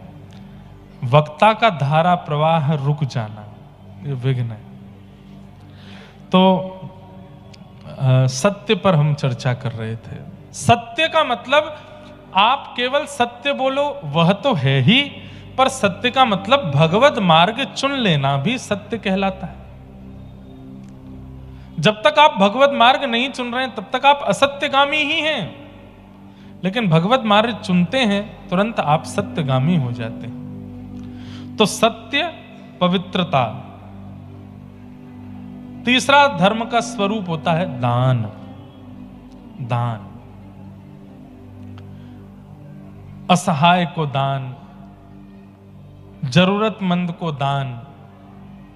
पर दान के रूप में हम धन को प्रायोरिटी देते हैं, दान के रूप में हम वस्त्र को प्रायोरिटी देते हैं, दान के रूप में हम अन्न को प्रायोरिटी देते हैं। पर शास्त्रों ने आज्ञा की सबसे श्रेष्ठ दान क्या है? ज्ञान का दान। किसी को ज्ञान मार्ग पर ले आना, किसी को भक्ति मार्ग पर ले आना, किसी कथा को सुना के, प्रवचन को सुना के, कोई अच्छी बात बता करके किसी को भगवत मार्ग का अनुगामी बना देना, सबसे बड़ा दान किया आपने। उसके जीवन को पूरा परिवर्तित कर दिया। इसलिए कथा में बंधुओं सूत्र लेकर के जाया कीजिए, और जो कथा में नहीं आते उनको सुनाया कीजिए जाके, और ऐसे ऐसे सूत्र इकट्ठा किया कीजिए कि जिसको सुनाने से उसके चित्त में भक्ति प्रकट हो, ताकि वो भी भगवत मार्ग में आवे। फ्लाइट जब टेक ऑफ होता है तो उससे पहले एयर होस्टेस अनाउंसमेंट करती है कि ऑक्सीजन लेवल कम होने पर ऑक्सीजन मास्क नीचे आ जाएंगे, पर अपना मास्क पहले लगाएं फिर दूसरे का लगाएं। तो हम जब स्वयं देख रहे हैं कि हम भक्ति मार्ग पर आ चुके हैं, अब हमारा प्रयास होना चाहिए कि हम औरों को भी इस मार्ग का अनुगामी बनावें, उनको भी इस मार्ग का अनुसंधान करवावें। लेकिन हां, पीछे ही मत पड़ जाना। करो, तुम तो चलो, कथा में ही चलो, तुमको तो जगन्नाथपुरी जाना ही पड़ेगा, महाप्रसाद पाना ही पड़ेगा। एक आध दो बार में रुचि नहीं बनती है तो फिर छोड़ दो। देखो, संसारी व्यवस्थाओं के लिए जिद अच्छी है, पर भगवत सेवा में एक दो बार से ज्यादा जिद नहीं करनी चाहिए। इतनी सस्ती नहीं है भगवत भक्ति कि आप किसी के पीछे ही पड़ गए हो कि लगे रहो, ऐसे करेगा करेगा, कैसे नहीं करेगा ना। एक आध बार में मान जाए तो अच्छा, नहीं माने तो छोड़ो। तो सत्य, दान, पवित्रता, और चौथा धर्म का लक्षण है दया, करुणा, दया। भक्ति का स्वरूप है कि भक्त के अंदर दया होती ही होती है। भक्ति आएगी तो उसके अंदर पवित्रता, उसके अंदर दानशीलता, उसके अंदर दया आएगी। अगर कोई अपने आप को भक्त घोषित करता है और दया नाम की वस्तु नहीं है उसके अंदर, भक्त नहीं है वो। असुर होते हैं वो जिनमें दया नहीं होती। बंधुओं, दया, हम आप सब लोगों की कितनी पराकाष्ठा है दया की, कि हम किसी का दर्द देख करके, सुन करके दुखी हो जाएंगे, बहुत ज्यादा दुख दर्द देख करके भी हम रोने लगेंगे। पर दया की ऐसी ऐसी पराकाष्ठा, दया की ऐसी ऐसी पराकाष्ठा अनुभव की गई हैं। चैतन्य महाप्रभु दया की पराकाष्ठा पार कर चुके थे। अरे, छोटे से कीट पतंगों को देख करके भी उनके मन में दया आ जाती थी कि इसका उद्धार कैसे होगा, इसका कल्याण कैसे होगा। ये कीट बन गया, ये चेंटी बन गया, ये पतंगा बन गया, ये छिपकली बन गया, ये बन गया, इसका उद्धार कैसे होगा। इतनी दया की पराकाष्ठा हमारी नहीं है। हमारी दया की पराकाष्ठा यहां तक है कि कोई अपनी बहुत दुख दर्द भरी कहानी सुनाए तो हम थोड़े भावुक हो जाएंगे। ये तो बहुत बात की बात है, ये तो सामान्य है, सबको हो जाता है। इतनी दया तो सबके चित्त में हो जाती है। पर दया की इतनी पराकाष्ठा हो जाए कि सामान्य सी स्थिति देख करके हमारा चित्त द्रवित हो जाए, ये भक्ति से होता है। सामान्य सी स्थिति देख करके मन विचलित हो जाए, दया की वो पराकाष्ठा भक्ति से आती है। भक्ति बढ़ रही है, भक्ति चित्त में आ रही है, इसका पैरामीटर दया से नापा जाता है कि आप में दया कितनी आ रही है। हृदय से निर्दयी होते जा रहे हो और यहां भजन भी करते जा रहे हो तो आप भक्त नहीं हो। दया की पराकाष्ठा। और एक बात कह दूं, आंखें जितनी सजल रहती हैं उससे पता चलता है कि भक्ति कितनी है। सूखे नेत्र पड़े रहते हैं। इसीलिए हमारे जगन्नाथपुरी में जब आप दर्शन करने जाते हैं तो वहां कपूर पीस के ऐसे लगा दिया जाता है। क्यों? बोले भाई तेरे नेत्रों में इतनी करुणा तो नहीं है कि तू सजल नेत्रों से जगन्नाथ जी को देखे, इतनी दया तेरे चित्त में नहीं है कि तेरे नेत्र उनको देख के सजल हो जाएं, इसलिए हम ही कपूर लगा के सजल कर देते हैं, जबरदस्ती सजल किए जाते हैं। एक भाव ऐसा भी है, दूसरे भाव वो ठाकुर जी का प्रसाद है। इस भाव से नेत्र पवित्र हो तब आप ठाकुर जी को देखो। बाहर से जाने क्या क्या देख के आए होंगे, कपूर की पवित्रता से नेत्र सजल पवित्र कर दिया। अब देखो जगन्नाथ जी को। पर नेत्रों की सजलता और सदा नेत्र भीगे ही रहते हैं, इसका मतलब है कि भक्ति का पैरामीटर काफी ऊंचा जा चुका है। नेत्रों में मैंने कितने महापुरुषों को मैं नाम बोल दूं, परम पूजनीय प्रातस्मरणीय श्री विनोद बिहारी दास बाबा, बरसाने वाले हमारे बाबा, मैंने जितनी बार मिला हूं उनसे, मैंने कभी सूखे नेत्र नहीं देखे उनके। और मैं जितनी देर बैठता हूं, वो सामान्य बात भी करते हैं तो भी नेत्रों से अश्रु गिरता ही रहता है। ऐसी दया, ऐसी करुणा।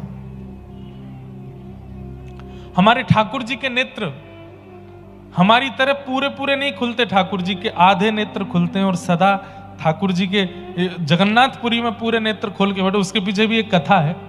पर ठाकुर जी के आप श्रीनाथ जी में दर्शन करो, वृंदावन में दर्शन करो, तो ठाकुर जी के नेत्र कटाक्ष हैं। ये कटाक्ष नेत्र क्यों है? आधे खुलते हैं ठाकुर जी के नेत्र। क्यों? भीगे रहते हैं सदा। ठाकुर जी भक्ति प्रेम में भीगे रहते हैं। भीगे नेत्र दया की पराकाष्ठा ये प्रमाण करती है कि आपकी भक्ति कितनी है। और नेत्र सूखे रहते हैं, इसका मतलब है कि दया नहीं है चित्त में। अब आप लोग एक दूसरे को देखने मत लग जाना, तेरे ही हैं सूखे, तो तेरे बारे में ही बोल रहे हैं। नहीं, दूसरे को जज करने से पहले खुद को देखो, खुद का अनुभव करो। कोई पर्टिकुलर जगह पर, पर्टिकुलर स्थान पर, पर्टिकुलर बात सुन के तो सबके नेत्र भीग जाते हैं, पर अकारण भी नेत्र भीगे रहें। हमारे श्री चैतन्य महाप्रभु सदा नेत्र भीगे रहते हैं। क्योंकि आपको महाप्रभु जी के बारे में तो पता ही होगा। श्री चैतन्य महाप्रभु कौन है? राधा कृष्ण मिलत तनु हैं। ठाकुर जी ब्रजमंडल छोड़ करके द्वारिका गए तो किशोरी जी को, ब्रजवासियों को, ब्रज की गोपियों को इतना विरह देकर के गए कि लीला पूरी करने के बाद ठाकुर जी के मन में आया, मैंने इतना विरह दिया है किशोरी जी को, इतना विरह दिया है गोपियों को, अब इसके समान विरह जब तक मैं सहन नहीं कर लूंगा तब तक मेरे चित्त को शांति नहीं पड़ेगी। उसके लिए मुझे किशोरी जी के भाव में आना पड़ेगा। तब श्री कृष्ण किशोरी जी के भाव में प्रकट हुए इसी बंगाल की भूमि पर श्री चैतन्य महाप्रभु। जिस प्रकार किशोरी जी पुकारती हैं ठाकुर जी को, किशोरी जी ढूंढती हैं ठाकुर जी को, उसी प्रकार श्री कृष्ण चैतन्य महाप्रभु के रूप में कृष्ण को ही ढूंढ रहे हैं। अद्भुत है चैतन्य चरितामृत। भीगे रहते हैं, ढूंढते रहते हैं, कहां है श्याम सुंदर।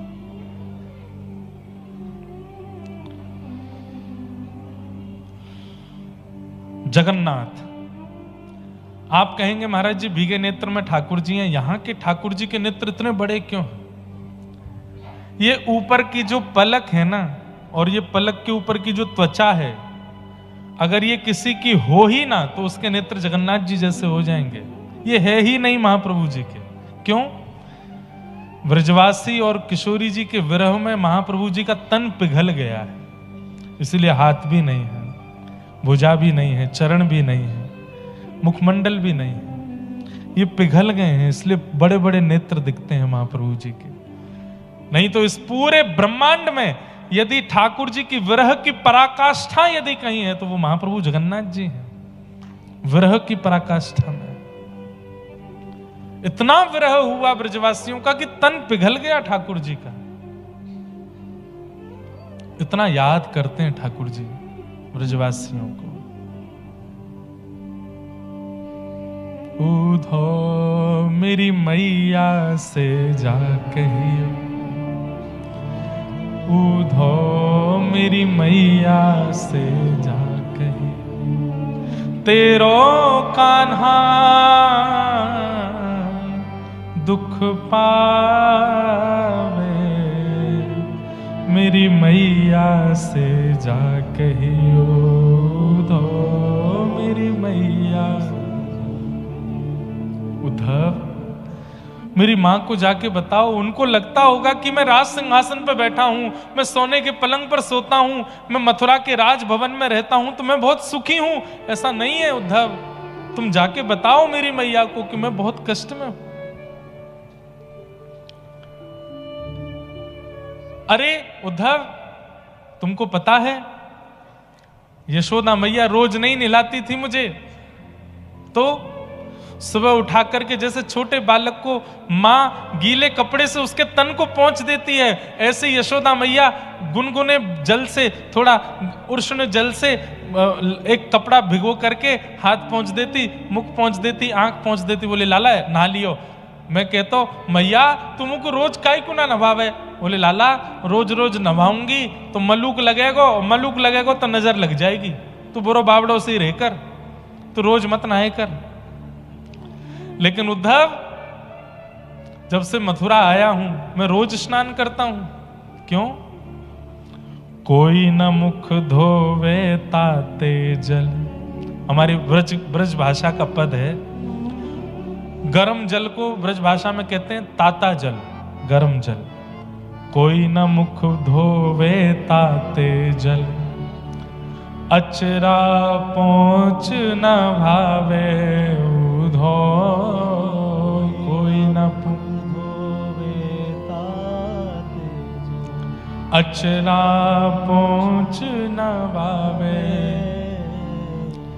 माखन रोटी नाम न जाने, माखन रोटी नाम न। अरे उद्धव, मैंने ब्रजमंडल में कभी थाली में भोजन नहीं किया, तो यशोदा मैया एक हाथ में मक्खन लेके रहती, एक हाथ में रोटी लेके चलती, और मक्खन रोटी कहीं भी एक दूसरे में मिला करके मुंह को पवा देती। मैंने थाली देखी नहीं, और यहां 56 भोग का थाल बन करके सामने आता है। उद्धव, माखन रोटी नाम न जाने, माखन रोटी नाम न जाने, कनुआ कही मोहे कोई न बुलावे,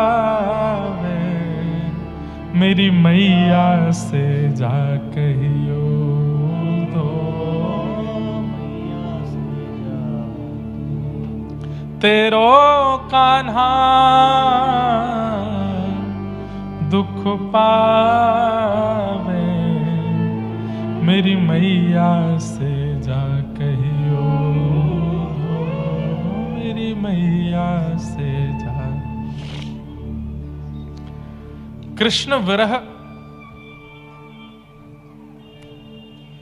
ठाकुर जी कितनी करुणा में रहते हैं, कितने विरह में रहते हैं, कितने व्याकुल चित्त में रहते हैं।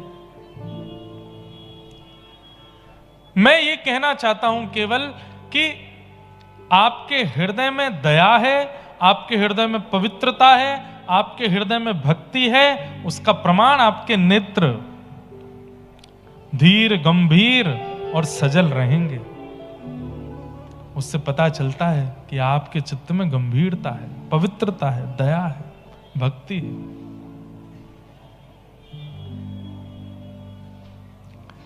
तो सत्य, दान, दया और पवित्रता धर्म के 4 चरण हैं।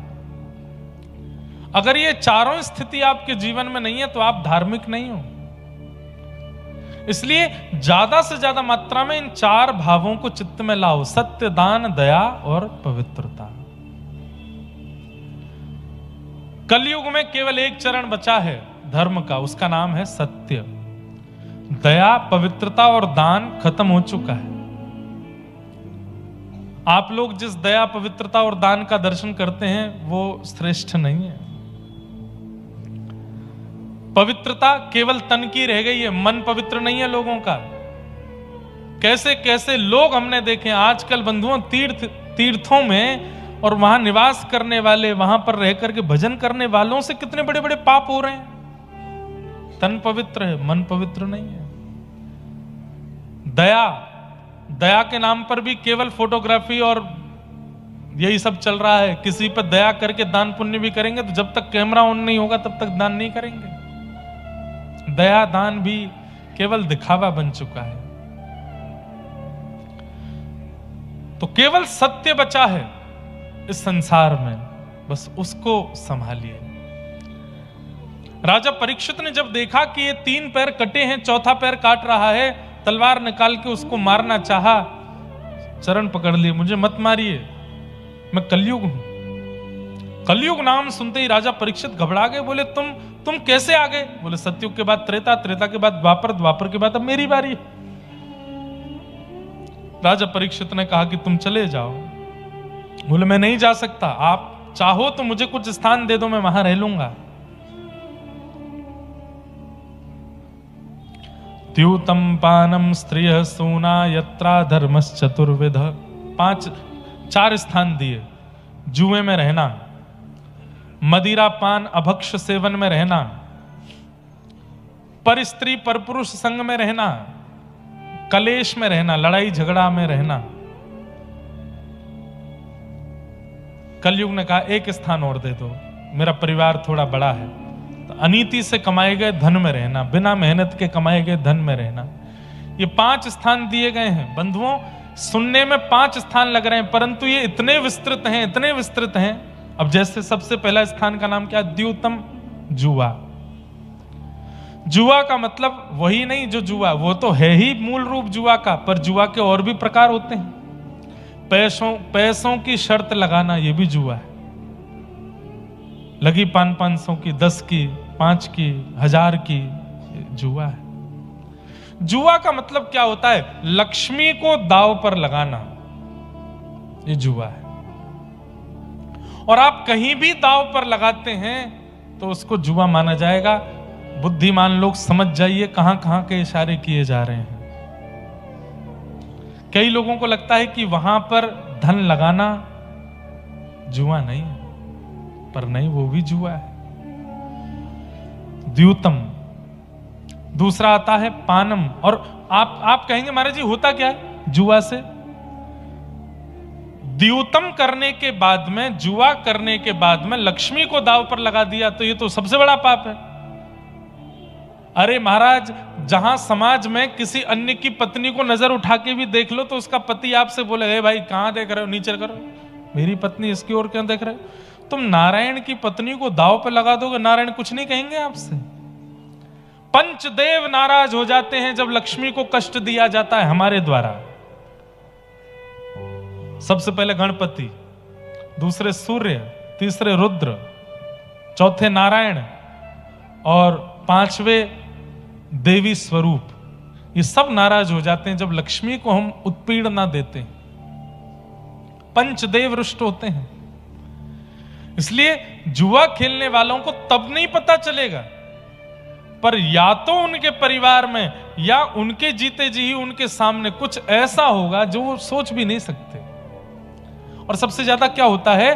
बुद्धि विकृत, खानदान का सर्वनाश होता है। आगे चल करके सबकी बुद्धि दूषित हो जाती है। बच्चे सुनना बंद कर देंगे, उल्टे सीधे काम करना शुरू कर देंगे। घर में अपंग या किसी भी प्रकार की दूषितताएं आनी प्रारंभ हो जाएगी। ये सब शुरू हो जाता है। इसलिए द्यूतम से बचिए, जुआ नहीं खेलना, धन को कभी दांव पर नहीं लगाना, लक्ष्मी है वो। और आप लोग तो कलकत्ता निवासी, यहां तो देवी पूजा का तो इतना बड़ा महत्व। अभी भी मैंने आज सुबह देखे कई जगह सरस्वती जी के भी पंडाल बने हुए थे सरस्वती पूजन के लिए। केवल पंडाल बनाने से आपकी श्रद्धा नहीं होती है, आप उन्हीं के ही एक दूसरे फॉर्म धन को कहां कैसे कितना व्यय करते हो, उससे भी आपकी देवी पूजा सार्थक होती है। वो देवी है, लक्ष्मी। तो द्यूतम पहला स्थान। दूसरा पानम, मदिरा पान, भक्ष भक्ष सेवन, मांस मच्छी का भोजन और जल तुरई, उसका भोजन, इन सब में कलयुग का निवास है, इन सब में कलिकाल का निवास है। प्रयास तो वैष्णवों को करना चाहिए कि घर में प्याज लहसुन भी ना बने, लेकिन कम से कम मांस मदिरा का प्रवेश तो ना हो रसोई में। और जिस घर में ठाकुर जी की सेवा होती है उसकी तो रसोई में फिर प्याज लहसुन भी नहीं आना चाहिए। इतनी पवित्रता तो रखे। आपको खाने की बहुत इच्छा, बाहर जाके खा लो, मांस मदिरा नहीं। मुझे आजकल सोशल मीडिया का जमाना, आगे पीछे काट के बीच का डाल देंगे। महाराज जी ने अलाउ किया कलकत्ता की कथा में, बाहर जाके खा लो। पाप उसका भी होता है, पर प्याज लहसुन खाने वाला व्यक्ति अगर साधक स्थिति में है तो उसकी साधक स्थिति में वो साधना नहीं कर पाएगा, तामसी पदार्थ है, इसलिए उसको मना किया गया। तो पानम में कम से कम मदिरा पान, भक्षभक से सेवन, तंबाकू सेवन और जितने भी नशीले पदार्थ हैं इनका सेवन नहीं करना चाहिए। पानम, उसमें कलयुग का निवास है। द्यूतम पानम स्त्रिय, पर स्त्री पर पुरुष का संग, उसमें कलयुग का निवास है। कलयुग बुद्धि विकृत कर देगा। और चौथा स्थान दिया गया लड़ाई झगड़े में बहुत इंटरेस्ट होना। आए दिन बस यही सोचते रहते हैं इसने मुझसे कुछ कहे तो सही तो मैं इसको बताऊं। लड़ाई झगड़ा करना, ऊंची आवाज में बात करना, और आजकल वर्बली लड़ाई बंद हो गई है, सोशल मीडिया की लड़ाई शुरू हो गई है। अब उसके बारे में कुछ तुमको बोलना है, उसके मुंह पे नहीं बोलेंगे, उसके बारे में बोल के डाल देंगे। अब चार लोग उसको उछालेंगे, हाँ सही कह रहे हो, यही बात है, यही है, ये सब चल रहा है। क्या बोलते हैं उसको? Negative publicity. ये शुरू कर दिया है लोगों ने, दुष्प्रचार करने का।